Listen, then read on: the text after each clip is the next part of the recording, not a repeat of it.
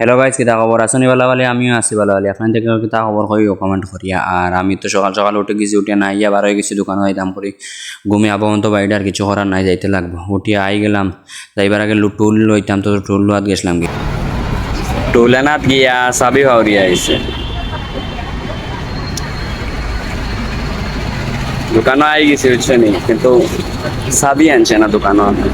উঠে কয় টুল ইরাইত করতাম না চাবি ইরাইত করতাম, একটা ফাউরিলাই বলো আনছে চাবি হাওড়ি আইছে লই আনা পেয়েছে বাদে গিয়ে চাবি লইয়া আইলো। আর আমিও দোকান খুললাম। আইসে আইসে আগে কদিন আসলো, বাদে গেছলো কি বাদে চা খাওয়াত গেলাম। চা খাইয়া আইয়া দোকানের আবার পুরা সেটিং করছি না, সপ্তাহ হচ্ছে স্ট্যান্ড ওখান বইয়ে সেটিং করলাম। কাস্টমারও দেখি আর তোরা তোরা আওয়াজ স্টার্ট হয়ে গেছে। আইটটা আমি কিতা করতাম, আমি তো সেটিং করতে লাগবো, হইলে সেটিং করলাম। কাস্টমারও আইটটা আমি দেখবো বাদে।